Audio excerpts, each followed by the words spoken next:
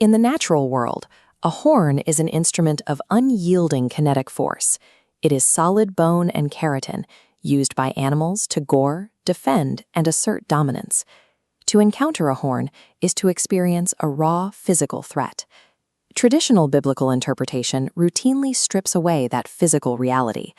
When we read scriptural references to a horn, conventional theology dilutes a lethal tactile weapon into a polite abstract concept like strength or authority. By prioritizing propositional logic and intellectual truth, we detach the text from the corporeal world. We fall into a cognitive trap where theological meaning exists entirely in the mind, safely quarantined from the sensory experiences of the human body.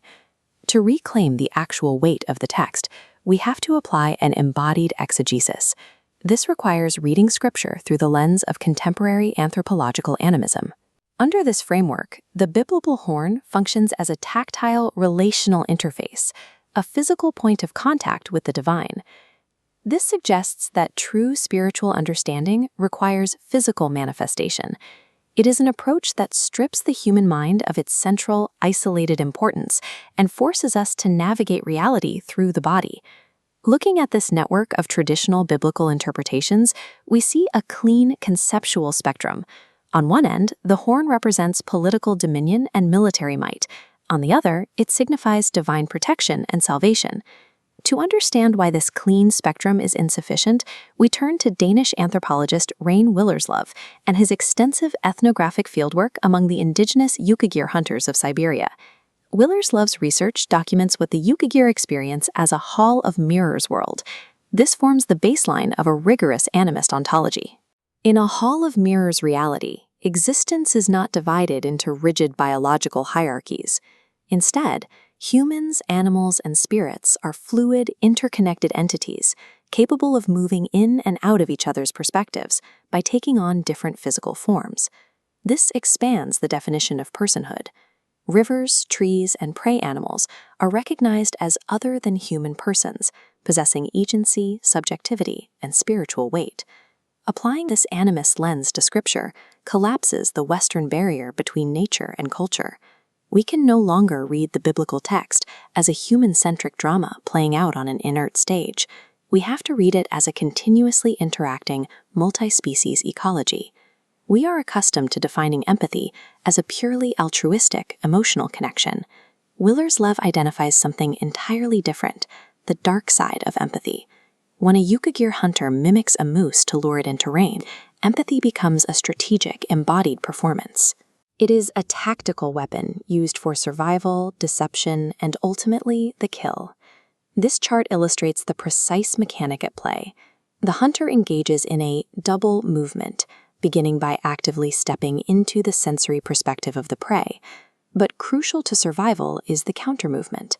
The hunter must actively step back to maintain their own alterity.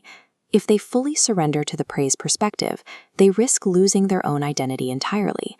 They operate in a liminal space of not me, not me.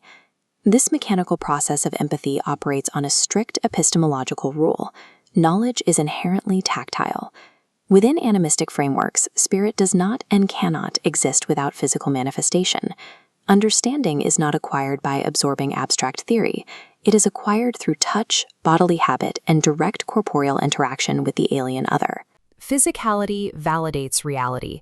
If reality requires a physical interface, then engaging with the divine is never passive. It is a profoundly physical, vulnerable, and risky act of mimicry. We can now apply this tactile framework directly to the biblical text, beginning with the horns of the altar, described in 1 Kings. Grasping the altar horn anchors the body to a physical point of sanctuary.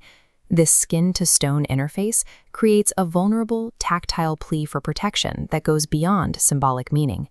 We can extend this logic to Luke's prophecy of a coming horn of salvation. Through the animist lens, Christ's deep incarnation functions as a radical act of mimesis. While the Siberian hunter mimics a moose to survive, God mimics the human condition to establish solidarity. The mechanic is the same. God steps into human flesh, the vulnerable sarx, while maintaining the necessary stepping back of divine identity. It is the ultimate double movement. bridging the gap between creator and creation through shared material experience. Conversely, we find the dark side of empathy in the horns of the wicked, described in Psalm 75. Here, pride is not an abstract moral failing. It is a distorted, manipulative form of mimetic relationality, a perverse imitation of power designed to consume and destroy the alterity of others. When God promises to cut off the horns of the wicked, it is a physical recalibration. It is a tactile judgment that aggressively dismantles perverse power to restore ethical balance to the ecosystem. Reading through an embodied lens redefines divine trower. It shifts from distant, brute dominance into a tangible force that operates through vulnerable solidarity and physical justice. This matrix illustrates the shift. On the left, disembodied reading treats theology as an intellectual, abstract, hierarchical exercise. On the right, embodied exegesis establishes new parameters. The body and senses become primary conduits for divine encounter, and the non-human world an active co-participant. This shift transforms how we engage with the text. We approach Scripture as a site of spiritual touch, where the physical act of reading mirrors a physical encounter with the divine. The text itself functions as a site of tactile theology. Engaging with the material word becomes a physical encounter with the divine presence woven within. This is not an abandonment of modern theology. It aligns directly with the work of German theologian Jürgen Moltmann and his theology of the cross. Moltmann recognized that God fully identifies with suffering flesh. That realization proves embodied spirituality is not a discarded relic. It is an essential evolution in how we understand divine interaction.